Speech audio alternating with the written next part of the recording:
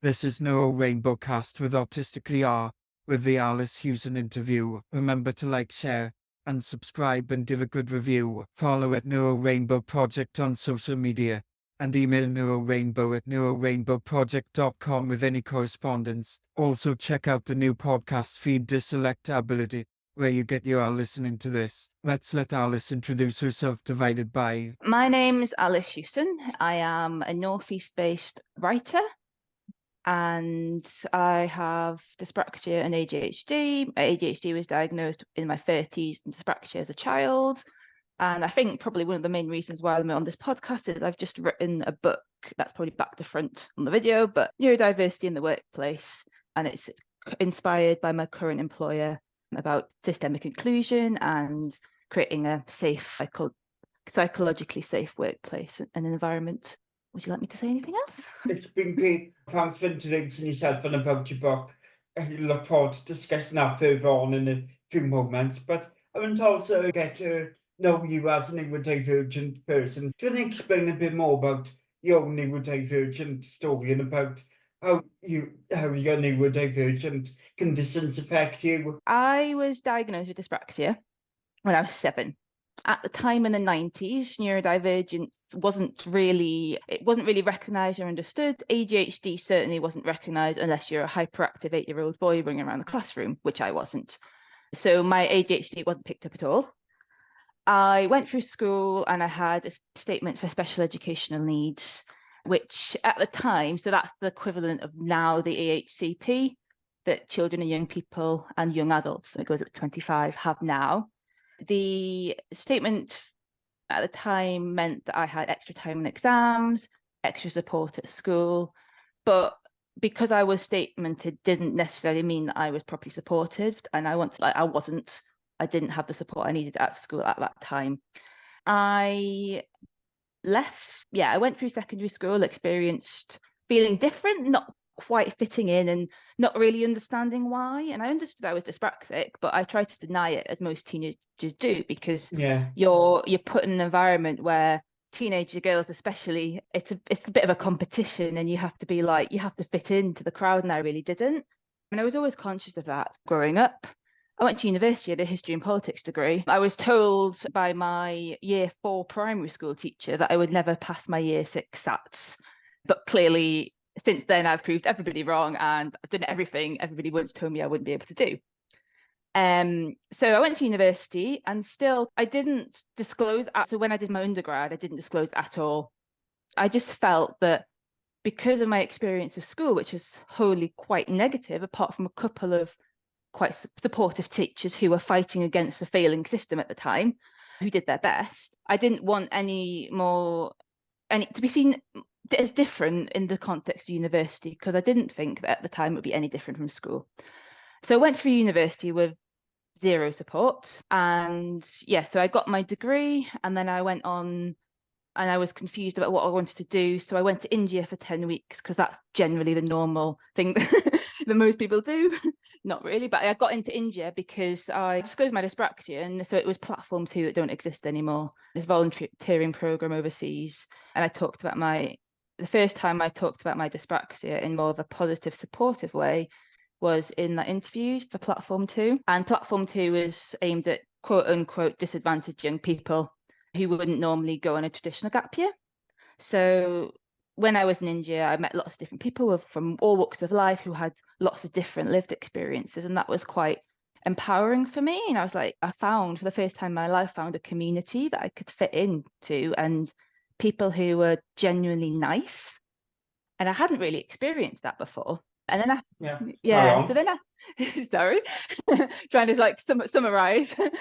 So after India, I what did I do? So I was wondering what I wanted to do career-wise, and I always knew that I enjoyed working with children and young people. And I thought that I wanted to go into teaching. So I trained as a teaching assistant because I didn't really know what I wanted to do, but I thought I needed to get experience with kids. At the time, it was primary education, which, looking back, if you're dyspraxic, and primary education involves a lot of practical tasks, and teachers seem obsessed with display boards and all the things that I struggle with. Looking back, I can see why that was a bit of a wild choice. Not really. Anyway, so I did that for a bit. realised I actually hated working in school, didn't want to see one again because of my experience. And I went back into a school and there was a little boy who was, I always tell this story about where this is why inclusion really doesn't work in schools, and an example of really awful practice in terms of neurodivergent children.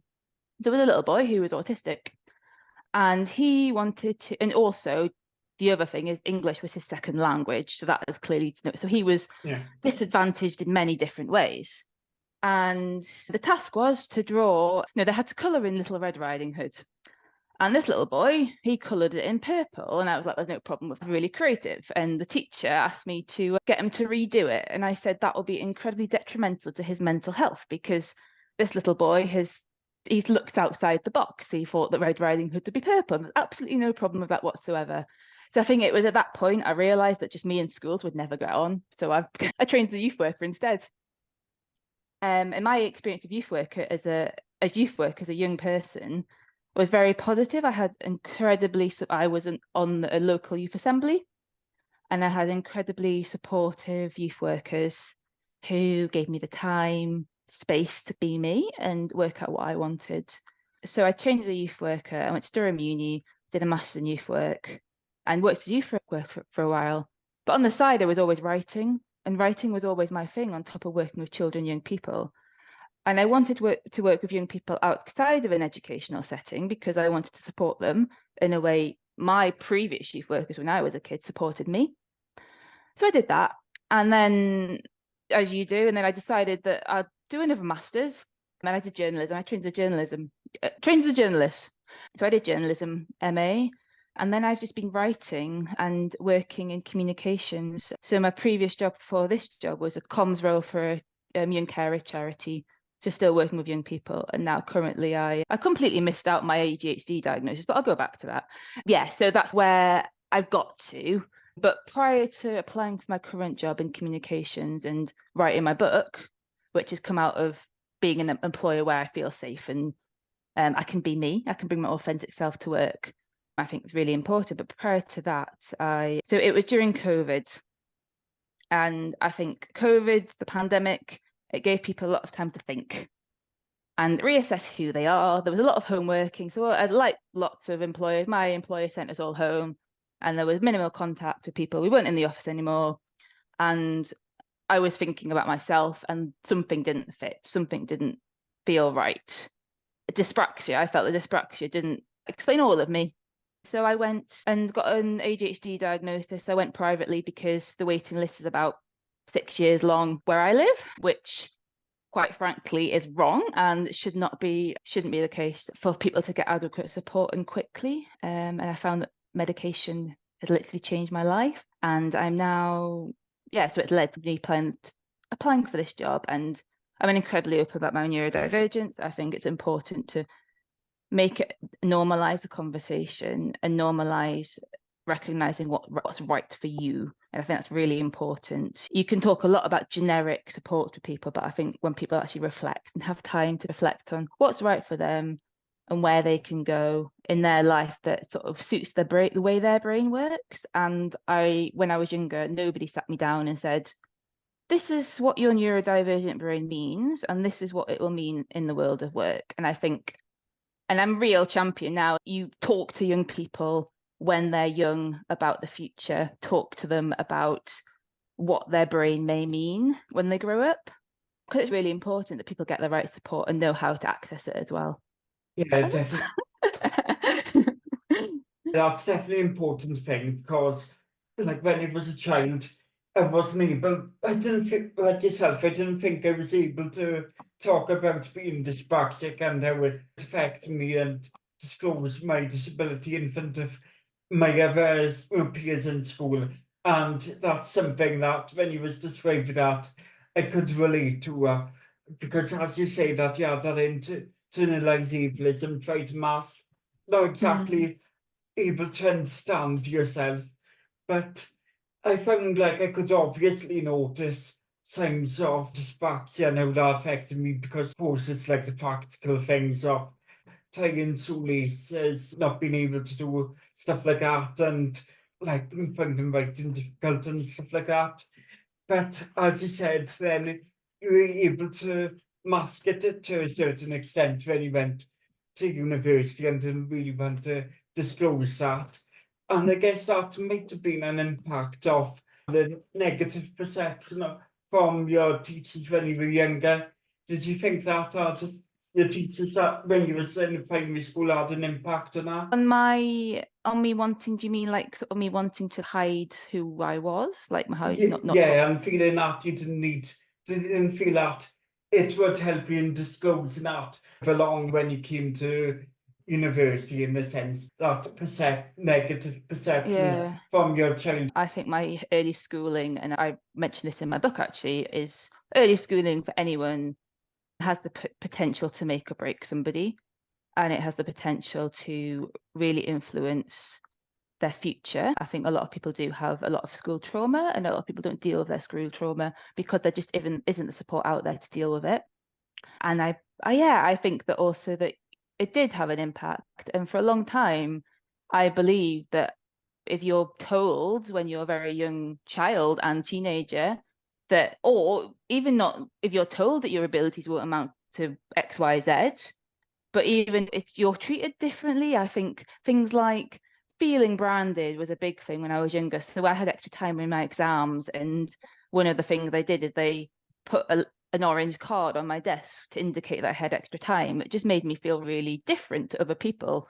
And yeah, I dreaded exams and sitting in this exam hall because I knew that I was going to have this kind of identification of you're different from everybody else. But I think it's taken me a while to get to where I am today, and I'm very open about my neurodivergence. I think it's really important, but I don't think I'd be here without those negative early school experiences informing, I guess, my reflection now and my learning. And we're all learning. We all constantly learn as we grow up, and we learn what's right and what works and what doesn't. And I think it's really important as well to emphasize like unlearning. Something that you believed was your truth may not end up being the truth or how you feel later on in life. And I think that's really important. I think people need to be open to challenging themselves, challenging the internalized ableism, but also challenging the systems of support around us. Because I know now that it wasn't me. Nothing was me. It wasn't my fault. It was the system I was in. And the system wasn't fit for purpose. It wasn't inclusive. It wasn't supportive of difference. And it didn't enable me to grow. It did. I did anyway, because I'm a bit stubborn in that way. I'll just do things anyway if people tell me that I can't or that I shouldn't or that I won't be able to. But I've developed that innate sense of justice and fighting for my rights, but other people's rights too, because of those experiences. Yeah, because I think what you said, I think that influenced your interest of what you wanted to do once you finished university, of where you wanted to consider going into education and child support, because I guess you wanted to make sure that the next generation of children could at least have like something that you wished you had in your education, somebody could understand their neurodivergency and be able to support their needs rather than make them feel different in a negative way. Yeah, definitely. I think it's really important for young people to have that safe space, a safe space to fail, safe space to know that it's okay to get things wrong sometimes. People aren't going to criticize you. That's how you learn. You're not going to get things right all the time, but also safe space to ask questions, talk about how you feel, and work things out. And I think it takes a long time to actually work to understand your brain. I think to explain and disclose your brain and your differences to other people, you first have to have an understanding of how your brain works first. You can't disclose if you don't understand it yourself. And I think that learning is really important. That learning should happen at school through constant conversations with young people. Yeah, because it's like that thing with school. You didn't, if you have a neurodivergent thing, and then you have those moments where you do feel like you need to talk about how it affects you, because you're not actively being told, being explained things about being neurodivergency, and also people feel are able to go up to a teacher or teaching assistant and maybe supporting you and have like general conversations about, as I said, these things of how they are affecting you, and be able to start self-advocating from a young age. Yeah, but I think advocacy is important, but I also think that it's about the system. And you shouldn't have to say, I am different, I need this. The system should be there to support you. And that's really important. The system should be designed and built to be inclusive of people, whether they're neurodivergent or not. And in my book, I use an analogy of when you go and book a table at a restaurant, you wouldn't ask for a chair. You would expect that chair to always be there before you make the reservation, so that you can and other people who you're with can enjoy their meal comfortably and safely. And exactly the same principle in terms of inclusion. In terms of schooling, the environment needs to be built for neurodivergent brains. There needs to be quiet spaces if somebody gets overwhelmed as standard. There needs to be access to noise cancelling headphones in a box somewhere in a classroom. There needs to be more inclusive, interactive ways of participating in discussion that doesn't necessarily always involve either writing on the board or putting your hand up, because both of those things can terrify people for different reasons. If you're dyslexic, you might not want to go and write on a board. If you lack confidence and self-esteem, or you struggle processing thoughts, putting your hand up and answering questions on the spot might be a bit traumatic. There's lots of apps now as well that are really good. And it's the same in the workplace. Design your workplaces that are inclusive of us all before we get there. You don't need to know. And I think it's the onus for years. The onus has always been on the neurodivergent person having to ask for things, or the disabled person having to say, I need this. But really, the responsibility should be on employers and managers saying, what can we do for you? We will design our premises, the physical environment, but also the culture, having an open, supportive, psychologically safe workplace and school culture, or wherever you are in the community. And I think that's really important. We shouldn't have to ask for things. We shouldn't have to determine whether something is reasonable to have an adjustment. These things should be standard. And that's what that's what a lot of my book is about as well, that we need to reframe how we see inclusion and how we understand what accessibility means. Yeah, and it shouldn't. If a wheelchair user works for your organisation or goes to your school, it's law to have a ramp. You have to have a ramp, unless you're in like a listed building. There are some exceptions, but generally people will have a ramp. You wouldn't suddenly build that ramp when you know somebody's applied for a job or started a school. You'd always have it there. And I think that's really important, that we need to look at universal design and systemic inclusion to make the system a better place for everybody. To live, thrive, be educated and work. Yeah, I said that sometimes it's not always that accessibility there for neurodivergent people where obvious accessibility is in mind for wheelchair users to other disabilities in terms of easy to maybe advocate for inclusion and for being deaf or even any visual impairment. But I think we'll talk about that, the workplace thing, in a moment. Yeah, I want to first ask you a bit more about your ADHD, which you obviously didn't know from your childhood, and it's something that you only learned about in the last few years, and something that you masked. So how has your ADHD affected you from your life? And what are the things that you could obviously tell weren't just dyspraxia and you wanted to find out a bit more about yourself? As a child, I describe it as like being in my own head a little bit. So I don't have much external hyperactivity. My hyperactivity is more internalized. And I think when I was younger, I had a lot of thoughts in my head, a bit like a washing machine, going round and round, but not really going anywhere. A bit of a jumble of thoughts and feelings, I guess, as well. And I always struggled to get things done. Deadlines freaked me out. Time management has always been a little bit, and you could say, because obviously these all overlap with dyspraxia as well. Yeah. And I think my executive function, I didn't have the word to describe it at the time that I do now. And I know that a lot of the things I describe, or I used to describe when I was younger, is down to my executive function. So just the simple things, like, I say simple, it's not really simple at all. It's quite complicated if you've got ADHD, but things like getting yourself ready and the order of events that get sorted in the morning, leaving for work. So my last job, I had a key, like a lanyard and like keys, and I'd forget my keys a lot of the time. And it wasn't really helpful when I was in charge of locking up the youth centre at night. And there's things like when I was working in the office, I'd be a little bit more chaotic than other people. And I always wondered why they were so like organized and they seemed to have their shit together and I just didn't.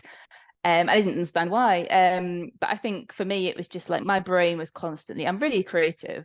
And I think that's an asset. I think that's a result of having a lot of energy and a lot of internal kind of, I must get all these things done, but I don't know the order. So yeah, I will have a to-do list and my to-do list will go on for about 10 weeks.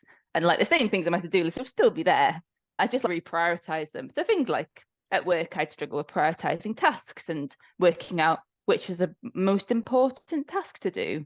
Or I might struggle with, big thing is processing. This is another kind of overlap with dyspraxia. So taking notes and listening at the same time in meetings.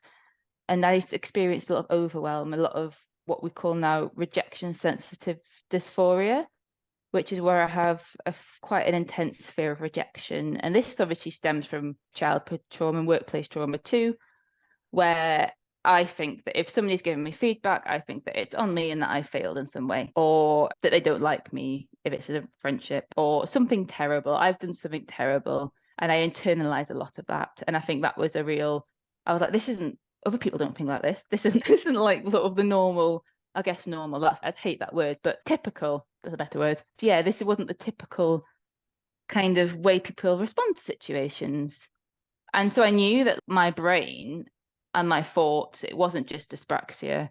Obviously, dyspraxia is more than just a coordination disorder. I don't like the word disorder either, but difference. Yeah. Completely. It's more than that. We know that. But I felt that my ADHD it was just, I knew that there wasn't something quite right that I could explain by just dyspraxia. And then I took the medication. I was like, oh, this is how everybody thinks. Like, this is amazing. Like the fog just cleared and I could see clearly. It's a bit like you're looking out into, I don't know, a load of sea frets on a beach and you're looking across at the horizon line and suddenly the sea fret just disappears and you're like, oh, I can see clearly now. There's a boat. That's exactly how it felt for me. Yeah, because what you described is you got big question mark around whether could have ADHD myself, an attentive type, because as you said, that experience of executive dysfunction and losing items all the time, because I literally never know where you put things, even the things that I just put down to just that second to go, because we find then if we try to look for anything, whether that be my phone, remote. Yeah, just literally anything. And as I said, with the lists of things, that's one thing that I struggle to do because I can forget where you put lists or even to check lists or diaries and use any type of thing that could organise things and keep your things messy. It's alright if I got like a event to remember or something big out to remember. I think, oh, I can mark that. But as I said, those little minor day-to-day things that need to do in my day-to-day life, I can struggle with, especially with looking at things and knowing what's being done, and that's something that can be quite difficult. And as you said, from the ADHD, it's one of those complex things with neurodivergent conditions, because with overlapping so much, you're trying to navigate through the reeds and the overlapping cables, because I think as I think of neurodivergent conditions, it's like another box of Christmas lights you pull out each year, and you're trying to navigate them so much of what fits the traits, and actually another condition added on to the neurodivergent condition you started with being diagnosed at first, and how to work out if you've got any others. Yeah, I think it is like putting people into boxes. I hated when I was younger that kind of idea that I had to be in a box and I had to be in a box related to my I guess the diagnostic criteria, which is very medicalized. It's not positive. It's a list of things that you can't do. It's not a list of things that you can do. I think like diagnosis should change. It should be you might struggle with this, but this is what your lifestyle, or you'd be really like you'd be brilliant at this, but it's not like that at all. And yeah, I think that putting people into boxes was a real challenge of mine. And I think as a result, obviously I've got ADHD and dyspraxia, but I prefer to identify as neurodivergent because, like you say, that everything does overlap, and it is very different to pick out what bits of you are related to what. And I feel that the term neurodivergent encompasses my whole being better. But really, to be fair, my real identity is just Alice. At the end of the day, just call me by my name. My differences shouldn't define me, and that's really important. And I think that a lot of people are finding community online, and that's brilliant, and finding people who understand them and can relate to them. But really, at the end of the day, you're who you are. I'm Alice. I'm not going to be like anybody else other than Alice. My neurodivergence might cause difficulties along the way, but it might also make me more creative and see things in a different way and provide something to a workplace or wherever I go on to that other people can't. And that's really important. I think it's about recognizing people's skills and their strengths as well.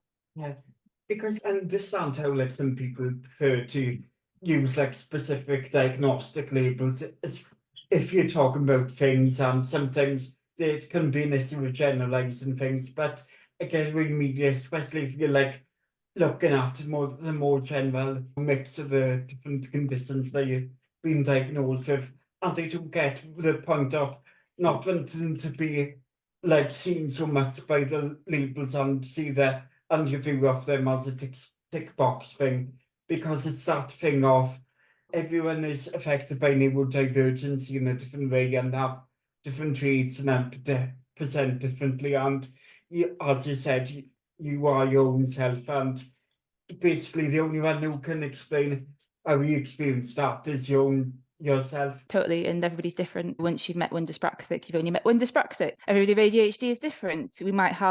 I might share the inattentive type with some of my friends, but we have different strengths and different challenges as well. So yeah, I think it's really important to recognize the difference and the diversity within neurodivergence as well. Now we want to go back to talking a bit more about your book, and so like I want to talk about like the inspiration behind it, what made you choose that topic, and what's the thing, your own experiences of the world of work, and how inclusive that's been for you as a neurodivergent person.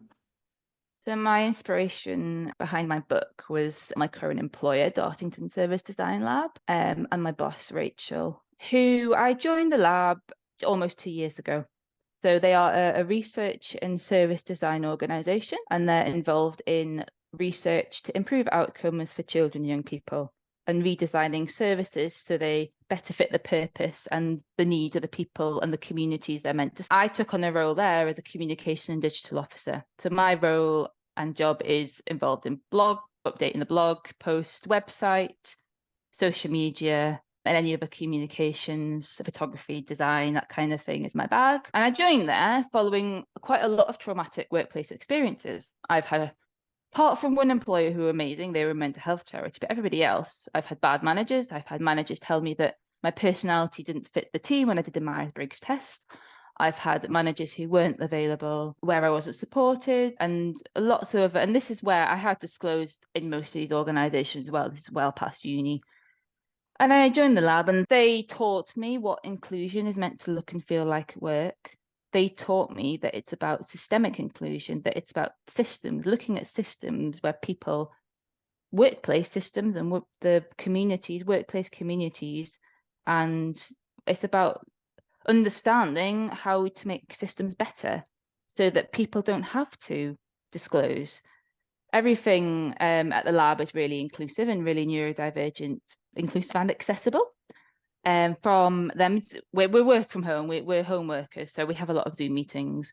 They have a thing called Miro, which is basically, if you haven't heard of it before, it's basically like a big online post-it note system, I think is the best way to describe it. And you can plan projects and you can put thought and ideas. So in meetings, there might be a question, and then people will have to share thought or learning or reflections on Miro. We've got another thing called Notion, which is basically really good for organisation and project planning and working out what you have to do. We have to-do lists, and my manager can see the to-do list. We share the to-do list. We tick things off. It's brilliant. All the policies are restored, so they're accessible. And everything in terms of the way my brain works, I didn't have to ask for anything else other than, and I haven't really asked for this, but this is what kind of my manager, she's available, she supports me, she gives me time to process information, clarifying questions, and she offers feedback as well. And we've got a good relationship where we have regular one-to-ones. So basically, if you going back to the book, they taught me what inclusion meant, and I thought I've got to write a book on this. because I didn't know what inclusion meant until almost 2 years ago. I hadn't been in it. I hadn't experienced it at work. And then I suddenly had. And I wanted to talk about, it's not about just, and I think a lot of books I've read, not all of them, but a lot, on neurodivergent inclusion and disability inclusion at work have been all about, these are the reasonable adjustments you must ask for. This is a disability confidence scheme. This is what these are your rights. And it's all the things that puts the onus on the neurodivergent person to do stuff, when that shouldn't be the case. It shouldn't be on us to do things. And I felt I want to reframe what we mean by neurodivergent inclusion and look a bit deeper into what it means. That it means having conversations, creating brave spaces where it's safe to be challenged and challenge other people, having an open, supportive environment, and I think most importantly, feeling part of the team. And I think at Dartington, I really do feel part of the team and included in everything they do. And I think that's really important. And I realise that a lot of people will never experience that at work. They'll never experience inclusion. And that makes me really sad. So yeah, I wrote this very much inspired by my employer, but also I guess other experiences at work previously up to now, because I wanted to share with other people what I have learned, and hopefully in the hope that will take this on. I've already been in touch with various local councils and chief execs at local councils, and that it will support influencing policy and practice as well, and reframing inclusion in a more positive and supportive way.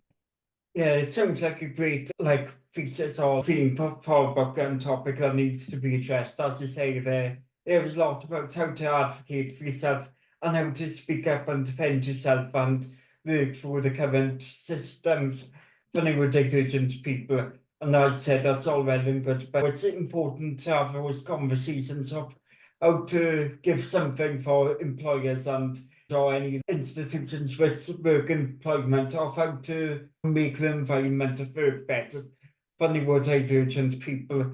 Can you explain about the research or the speaking to different people for this book who you might have interviewed, or the things that you had from other people's feedback of the experience from work and what they had already been able to find information about? So do you mean the research I did prior to writing the book? Yeah, prior to working out what you were, what to write about, and what to include in the book. Please catch me drift. Okay, a lot of the book is very much based on my lived experience. It is a book that I've written it as a guide, but it's not a guide because everybody's experience is different, and what works for me might not work for another person. So I guess it's a tool to prompt conversations in the workplace. It can be either read by a neurodivergent person in the hope of a more inclusive workplace, or wanting to understand different practice that might be more inclusive and intersectional and supportive, but also managers and people at the top of organizations who've got the power. And I think that's really important. I don't have the power to change anything.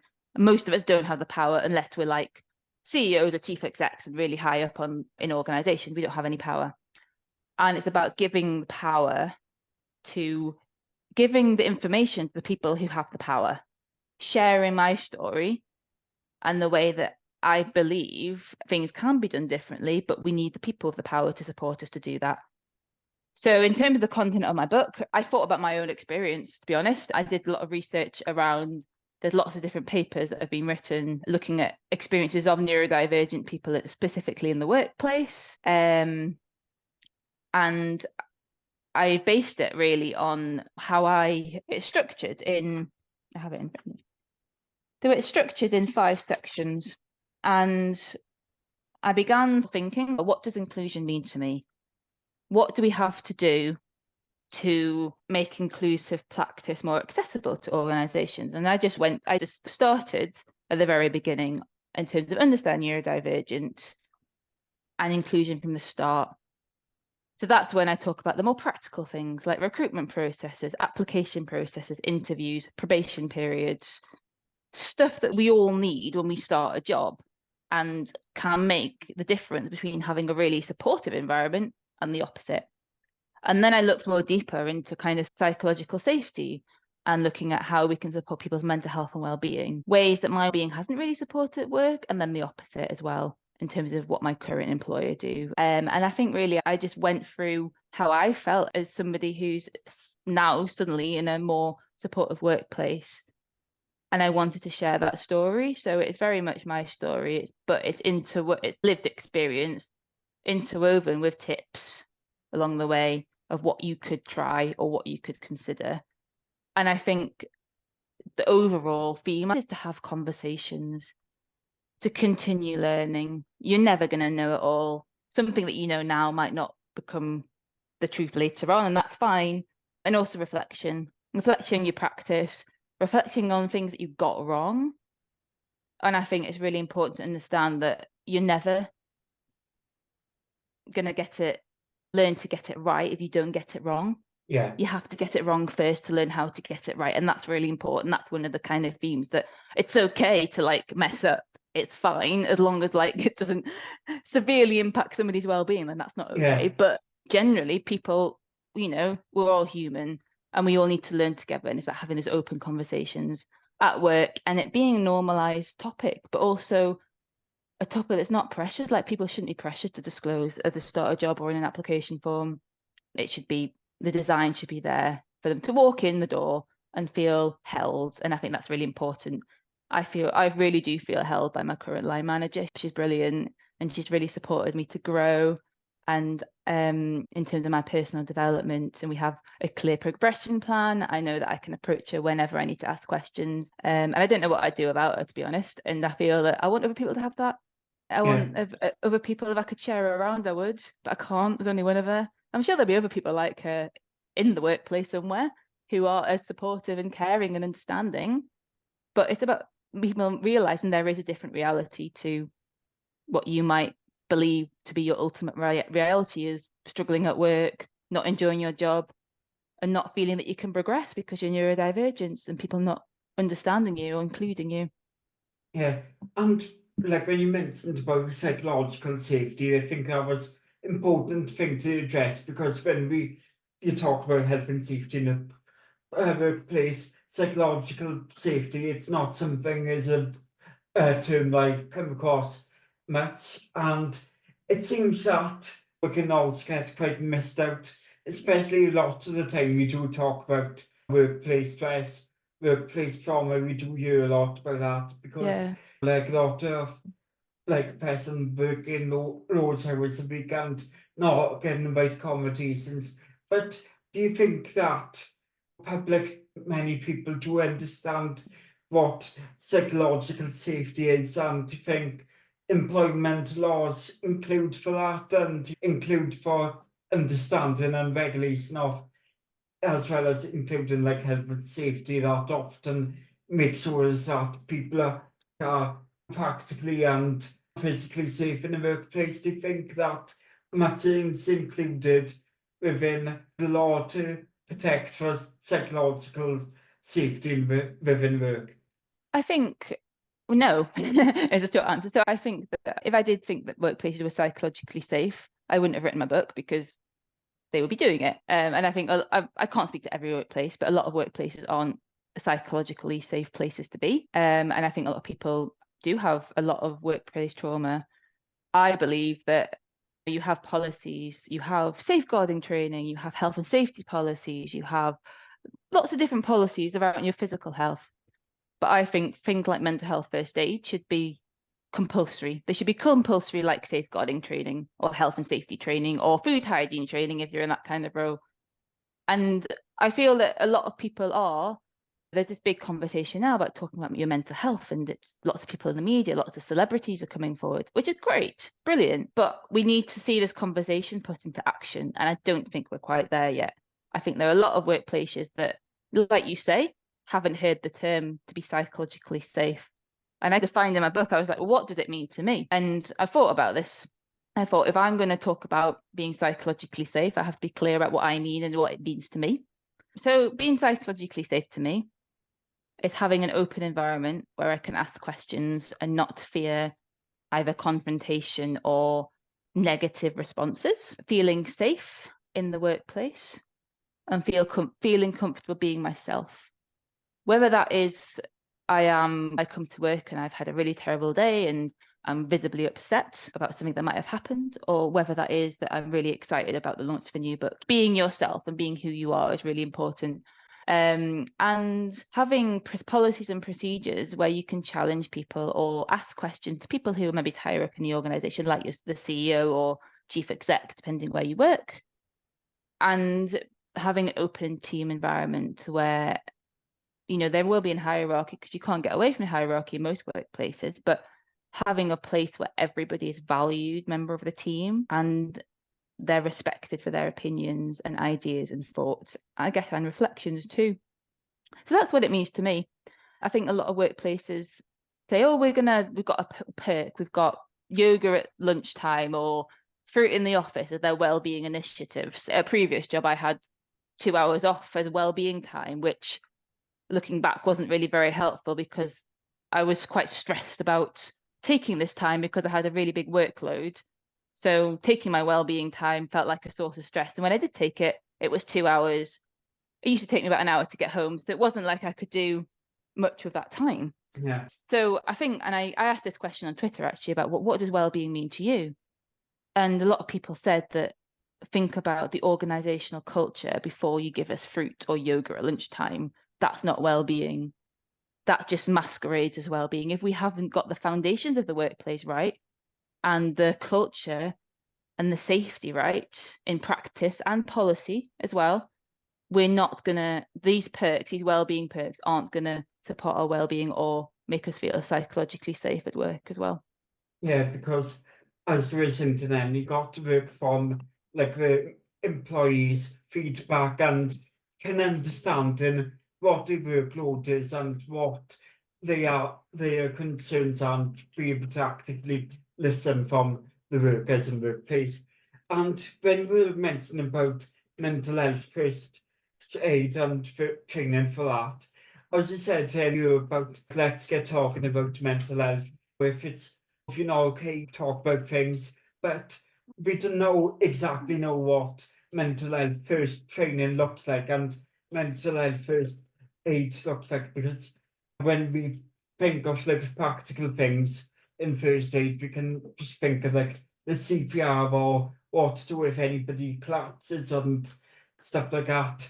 But it's not something that is instilled in what people are able to envisage as mental health first training. What do you think that mental health first aid and training should look like, and what do you think the procedures could? This is an actual organisation, so there is a place where you can go to apply to do mental health first aid training. I don't want this to become an advert for them, but basically, yeah. So mental health first aid training is looking at everything beyond the physical health, looking at well-being, understanding, recognising panic attacks, recognizing how to support somebody, coaching techniques, and being supportive and understanding and not stigmatizing of mental health difficulties, challenges at work, and things that relate to you outside of work.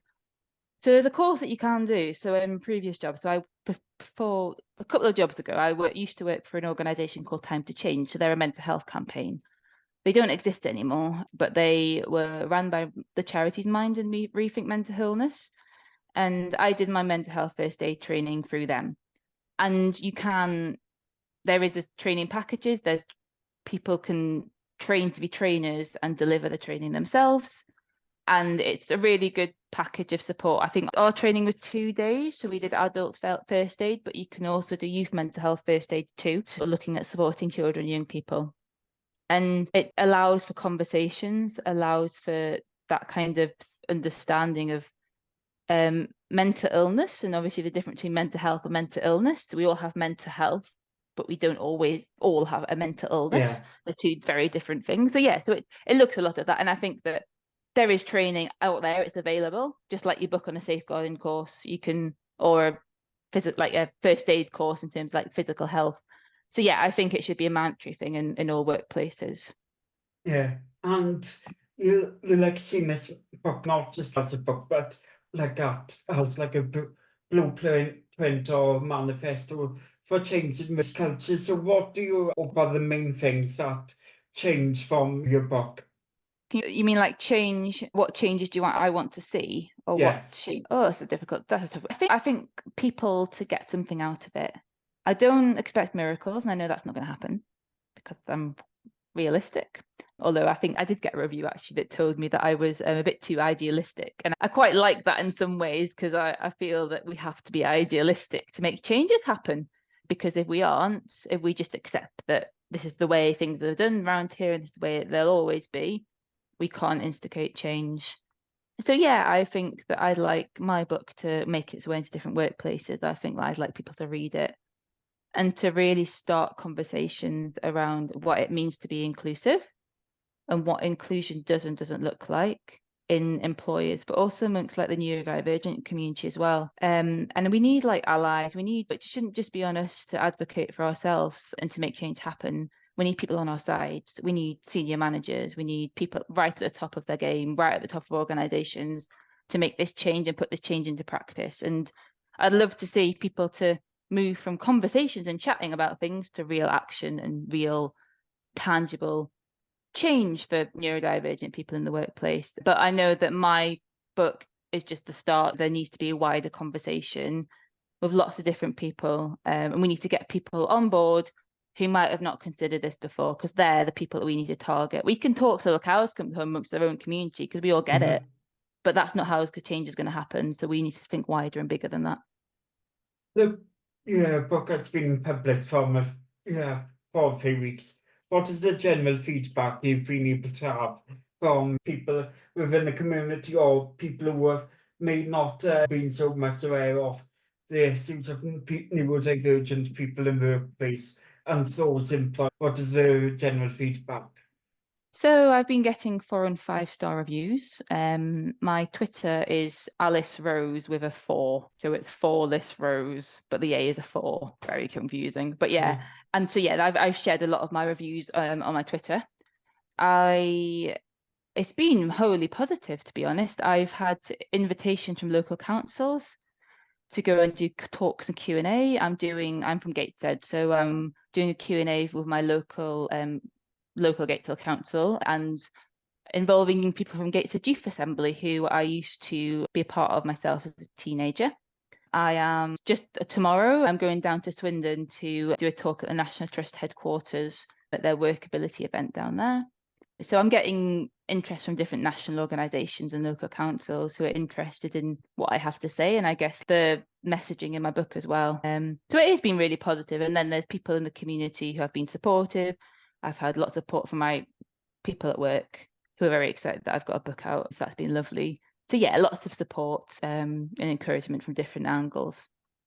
Yeah, and also from looking at this from a more like political perspective, like the government have been stepping up of like they aren't able to stand to signal to rhetoric to there's an increased hostility towards disabled people within the workplace, and that where employment isn't always accessible for disabled people, and there's high amount of unemployment within a neurodivergent community. What do you think of within this this election year? What do you think of the things that should be the basis of considering disability in political conversations going into the next general election? And also, if you were to be able to address politicians, what are the message would you say that they need to be considering in the manifestos and in the policies? You're right. I think obviously my book isn't party political, and I do that for a reason, because I want to remain neutral. But I do believe that disabled people have been treated appallingly over the years, and there's a lot of stigma and discrimination that's very deep rooted, and a lot of documentaries as well that haven't helped the situation. People coming out and talking about disability when they don't understand the impact of their words may have on people. So yes, of course, it's been awful, and there hasn't been a consideration in policies. I'm going to email my MP. I haven't got around to it yet, but I will do that. It's on my list to do. And I've quite a good relationship with her as well. So I'm positive that I will get a good response. That is definitely on my to-do list. But I think in terms of messaging to politicians, I think I love people I am actually emailing my press release to different, and I will send it to different political organisations as well. That's next on my list. But I think in terms of messaging, I think that to really consider how it isn't just about disabled people being unemployed and not working. Why are they unemployed and not working? How can you support them to be better? Like, not be better, that's the wrong kind of word, but can you support them to progress? Because a lot of people I know don't want to be unemployed, and that's a misconception that people want to be on benefits all the time. That's not the case at all. But it's about providing that support and care. And I feel that the care hasn't been in policy for a long time to ensure that disabled people feel supported and cared for, and that they can achieve, whether that means that you have to work part-time because you have a system that supports that. Not all of us can be full-time workers, for example.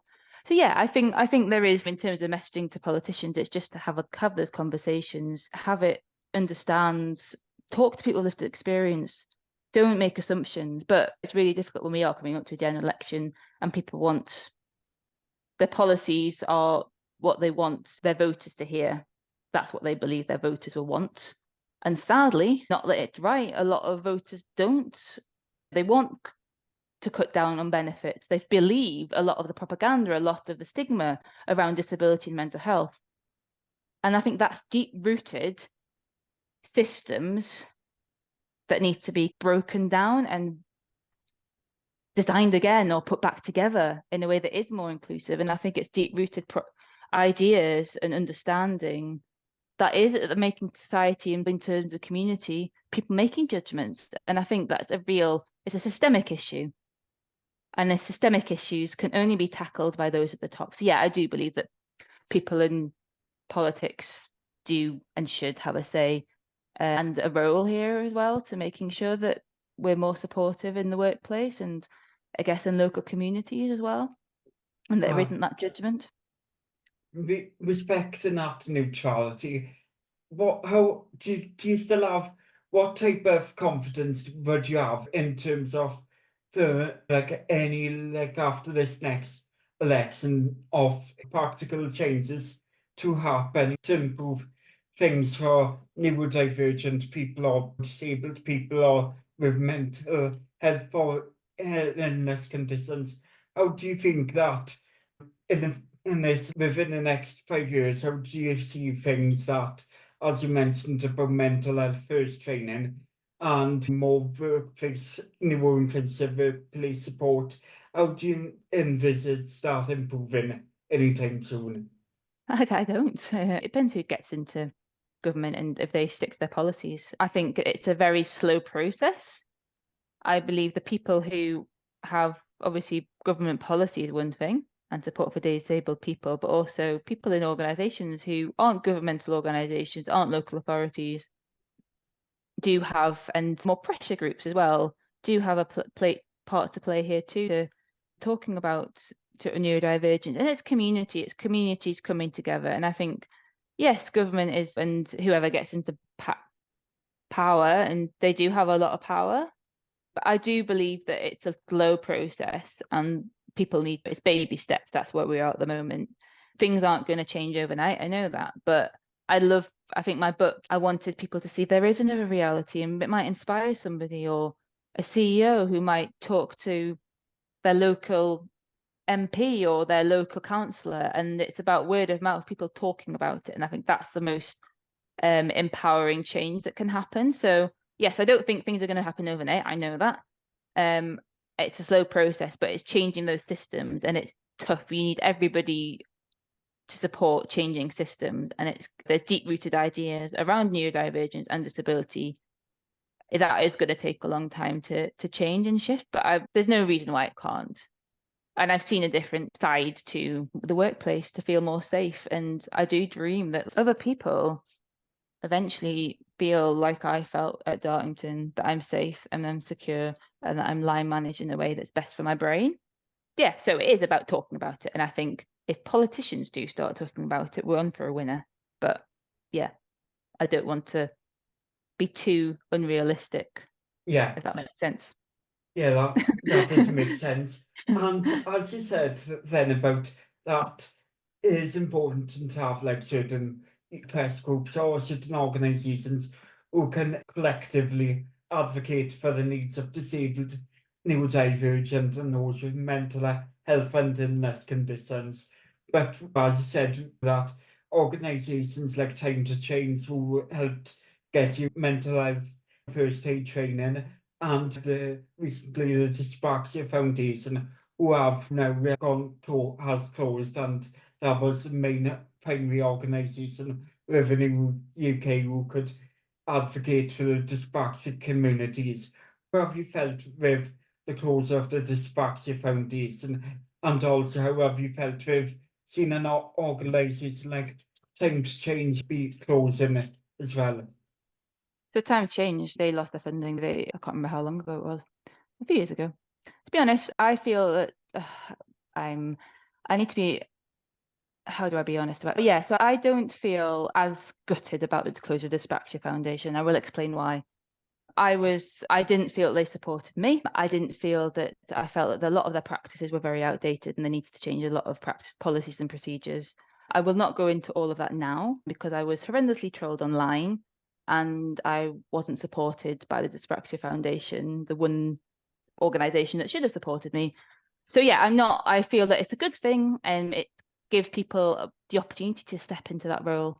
I think it needs some fresh faces, new people, new ideas. And I think that's a really positive thing, that what was once an organisation that I do understand a lot of people relied on, for me, it's not the end of the world because there are other people who can step into those shoes. And I think the society and the community needed fresh faces. There needs to be new ways of doing things. And you weren't going to get that with the same people at the top of organisations. And it's sorry to hear that you was told, and I guess it's something that as well informs you maybe not wanting to be as outspoken about this thing as like a thing you wouldn't want to be too negative in your comments anyway, but it's something that I guess you would like to see people online be more respectful and be more considerate about the comments as well. If you're trying to be respectfully critiquing or sharing your own experience about your encounter with the Dyspraxia Foundation and other organisations you felt were right to comment about. Yeah, so sorry, can you just clarify that question again? Yeah, it was just saying that, it's something that can be quite concerning and funny with divergent people to have the online trolling and I guess that's something that impacts. So I know you would want to not be so negative with like your comments on such an organisation, but it probably does impact how you comment about something that you would only want to comment in a respectful way. Because sort of I mean. Yeah, in terms of my comments, yeah, very public. I've written a blog about what happened to me. You can go and find it if you want to. It's very public what happened. I just wasn't supported by the Dyspraxia Foundation, and I don't believe that they did. I think there was a lot of people who were very outspoken, who wanted change, but they went about wanting that change in a different way, and they targeted people who were seen as. But I was a trustee for a little while, so that's why I was targeted, and they targeted people because they wanted that kind of, because I was related to the Dyspraxia Foundation. That's why I was targeted, because they weren't happy about the way the Dyspraxia Foundation were running things, were doing things, were supporting adults. There's a lot of ways to fight for change, but the way they went about it wasn't it at all. And I think that's probably really all I'm going to say on the situation. I think that if you want to read up on what exactly happened to me, I've got a blog post that I can link you to, but I feel that it's a part of my life that's gone. I'm not as devastated as other people might be who relied on them. I feel it's a good thing. Fresh blood, fresh ideas, and a different perspective is what we need, I think. But as far as the Dyspraxia community goes, I am very much taking a back seat, and I won't be changing on my stance on that one at all. Yeah. Is there any specific things that you hope to see in the next chapter of the British Dyspraxia community? What are kind of things that you hope as to happen as you move on from this chapter of the Dyspraxic Foundation? What would you like to hope changes? As I said, you want fresh ideas and new people to be able to be like take a front of on certain issues of how people are supported and how advocacy is done. What is there anything you wish to say about what you hope for change, or is it just something that you wish to take a back seat on and not comment so much on? I think it's really, what I don't like is people with disabilities, whether they're neurodivergent, they've got another disability, being used for their lived experience, not getting paid, not getting sufficient compensation for their time and the lived experience. It's a very emotionally draining role. There isn't going to be a charity, there isn't going to be those support structures. There's people who are going to be doing their best on what little resources and time they have, probably on top of full-time jobs. So I think really, I wish them well. I think it's a good thing. I'm not the people who have come, there is a new group that's formed, I've seen, but I know most of them in it. Yeah, I do wish them well. I think they're a cracking group of people, but I don't want to say that I want them to do X, Y, Z, because at the end of the day, they're only volunteers. They're not getting paid for this. And I think that's really important. And it is emotional labor, and they have to look after their own psychological safety, their own well-being. And you can't, if you're mental health, or you're struggling with your mental health, or you don't feel psychologically safe yourself, you're not going to be able to support others. So I really do hope they, as a team, as a community, there's policies and practices in place where they can feel psychologically safe in whatever advocacy work they decide that they want to get involved in. Yeah, and like hopefully on the final questions, and as you said earlier on that, you know, how you see your disability is more as an individual, like you see yourself as Alice, and you know, everyone has their own different experience of being neurodivergent. But when you said about universal accessibility, as some disabled people have varying needs, do you think there are some issues of universal accessibility does not always cater for different needs? And I guess it is probably still an importance of allowing for people who have different needs to get like certain support that might not be included within what is seen as universal accessibility, if you get what I mean. So yeah, you're right. So everybody's different. I totally get that. There are certain things that are unique to an individual, and I understand this. But so, for example, assistive software, for example, it doesn't work for me. I had it for Access to Work, but it might work for somebody else. You can have that uploaded to every work computer and just enable it, so people know it's there. Yeah. You can have Mirror and Notion, which we use at work for everybody, every employee. You can have a box of noise cancelling headphones that people can just go and get. You can have a quiet space for people who might need some time away or might get overwhelmed. There's lots of physical, practical things that an employer can provide in their environment that can are universally accessible, but also accessible if you need it. So I'm not saying everybody has to use this software. People don't. But then it's looking at policies and practices of looking at your communication preferences and different ways to communicate. So having ways that people can voice note people, Teams message, whatever works for you. But yes, I agree that some people have individual needs that aren't like Joe down the street, for example. And I think that I think for employers to, for example, communication, I prefer to take stuff in writing, but also have conversations. And that's what my employer sort of respects, understands, and knows. It's not having to say more than once what you need from them. They should just do it. And I think that's the thing. It's about knowing that your access needs are just as important and as other policies and procedures in the workplace. So making it more easier. But I think a lot of it's about culture. A lot of it's about open conversations, and every employer can do that. That's not individual. That's just being like supportive and nice. And I think every employer can strive to being nice and supportive and understanding. And if you change the culture, then any of these extra things, which is more around practice rather than physical environments, which are very different, are easier to talk about and have a conversation about. And it's really difficult to talk about what you need if you're in an oppressive environment. And one thing you said that helps you as an ADHD person, that since you've been diagnosed or has been prescribed ADHD medication, and I recently know that there has been an ADHD medications shortage, and that has impacted people's accessibility of getting the medication. So is it something that the shortage has affected you? So I was really worried when there was a med shortage. Thankfully, my pharmacist is brilliant in terms of getting medication for me. But at one time I had to have 2 split doses. But I've remarkably been able to get my medication throughout the shortage.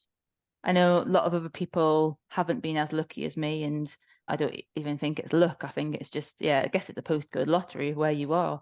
But yeah, I think how the shortage affected me was my mental health, because I was like, how am I going to function at work if I don't get my medication? And there has been times when because I've been so worried about not getting my meds, I have limited myself or not taken it on certain days so that I can have a supply for when I really do need it at work. So yeah, it has affected me. I think that it's affected lots of my friends as well. And I think the online messaging of people not getting their meds for sometimes months has been, I think, quite worrying for a lot of people. But yeah, so I have got my medication and it hasn't affected me, but that doesn't mean that it won't. There's more of a shortage in the future. So it is a concerning thing, and trying to negotiate or like with pharmacists about how they can possibly get the medication, the reasons behind it. A lot of people told me lots of different things, but yeah, so I have managed to keep getting my medication. Yeah, and I can understand part of, as you said, of the concern is the reason behind it, and understand when this would be resolved and how it will be resolved. How, right now, do you think, is there like the shortage looking, is it something that you heard is improved, or is it still something you found that is still ongoing? Do you mean the shortage of meds?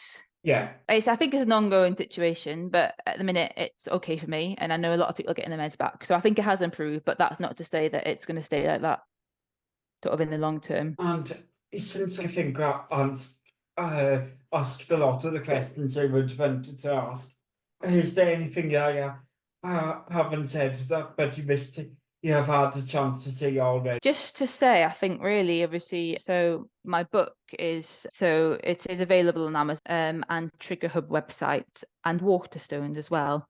And if you just Google neurodiversity in the workplace, you can't miss the front cover. Yeah. Do look up my book, and I hope it helps a lot of people. And I think this is just the start of lots of conversations. And I really hope that my story and my messages that I wanted to share with others can be supportive for other people. So really, just to say that, really, that do look at my book, do buy it, do share it with your employers, and I'd love people to send it to their employers, gift it to your manager, and let me know which organisations it ends up in. Tag me on Twitter.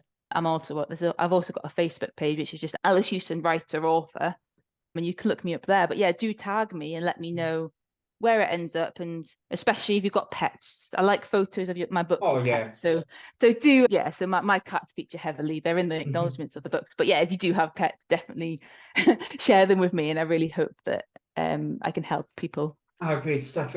Like, we'll be trying, I'll try get a copy and have a read of it. Sounds excellent, and as says, we'll include where you can get that book in the description of the episode as it goes on YouTube and all the podcasting platforms. I'll send you all And the relevant links. yeah, and also give it like an email in where people can maybe also say with the podcast, and maybe you can read in where they read on the podcast where they found the book on what they thought of it. Yeah, definitely. The other thing just to quickly say is also I'm available for talk, Q&As about my experience and about neurodiversity in the workplace. So my website is alicehewson.com, which is very easy to remember, I hope. So Hewson spelled Hewson.